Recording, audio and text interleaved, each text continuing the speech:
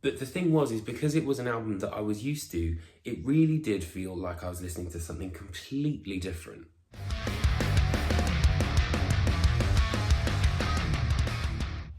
Hey there guys, welcome back, and hello if you are new. So something a little bit different from my normal videos, but in kind of following on from the Harmony Codex video that I put together.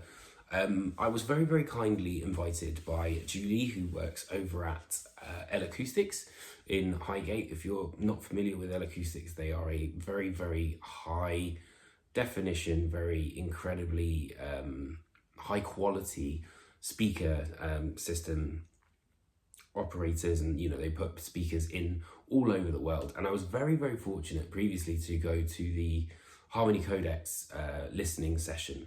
And Rhino Records hosted a spatial audio playback of the album, the Yes album, which was mixed by Stephen Wilson, and it was a hell of an experience. So first off, the nitty gritty stuff.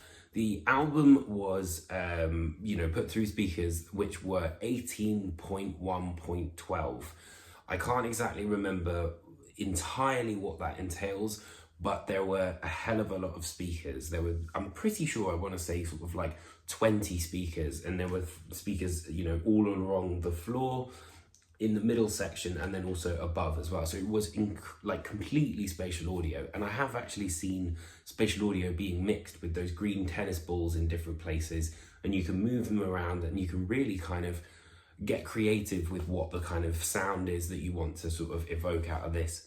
So yeah, it was a really amazing experience, and I'm so glad to have been able to be asked back after the Harmony Codex. So the interesting thing here for me was that when I went there for the first listen, it was an album I'd never heard before. A new record by Stephen Wilson, something completely different. Whereas the Yes album, I've definitely heard that, once or twice before.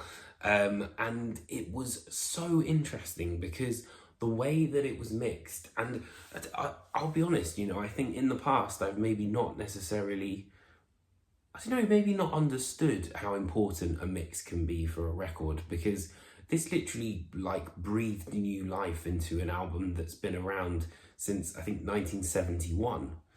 For example, Yours Is No Disgrace, there's a lot of hammer-ons and pull-offs, and they would just kind of move around the room. And it was very, very seamless, but, again, added to that sense of sonic architecture that I'd mentioned before.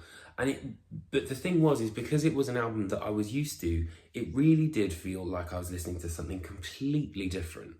And I think also, the mix is so important because it actually unearthed sounds that I would have never really heard had I not, been in that situation where you were able to kind of almost peel back the layers of what you would expect to hear, and, also what you would associate normally. Whereas when it's been mixed differently, you're actually hearing something that perhaps, someone else has wanted to put a little bit more detail on there, or, emphasize that kind of thing, which I thought was really interesting. Now, of course, the album itself is a fantastic album. It's the third album by the legendary prog rock band Yes.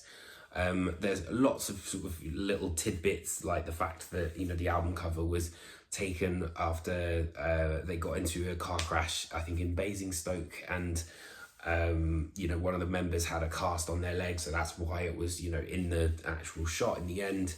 And they had to do it, I think, above one of their flats, or the photographer's flat or something like that. But in all honesty, I'm not a huge Yes guru and, knower of everything with that band. I know there's a hell of a lot of lore and, mythology with the band, but it was just really interesting to experience an album like that again. And I feel so lucky to be able to say I could do it again. And especially, because we listened to it in the dark as well.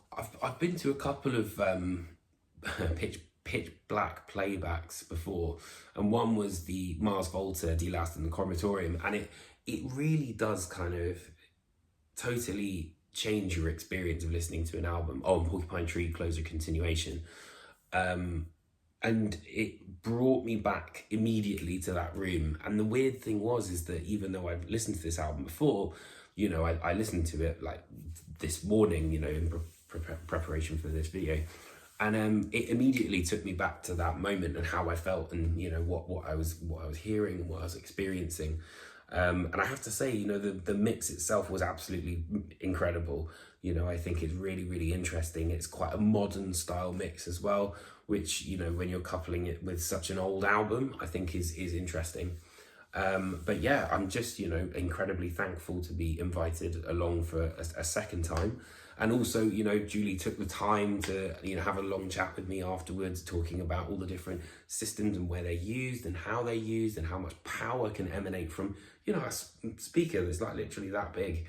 It was really, really fascinating. And I definitely recommend that you guys listen to the Stephen Wilson, you know, remix, which I think is 5.1.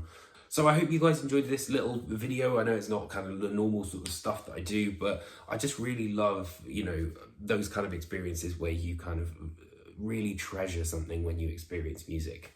So yeah, let me know what you think in the comments underneath me. What are your experiences with the Yes album? Are you a Yes fan? Let me know in the comments, and I will see you guys very, very soon. Thank you again to L Acoustics for inviting me, and yeah, see you soon.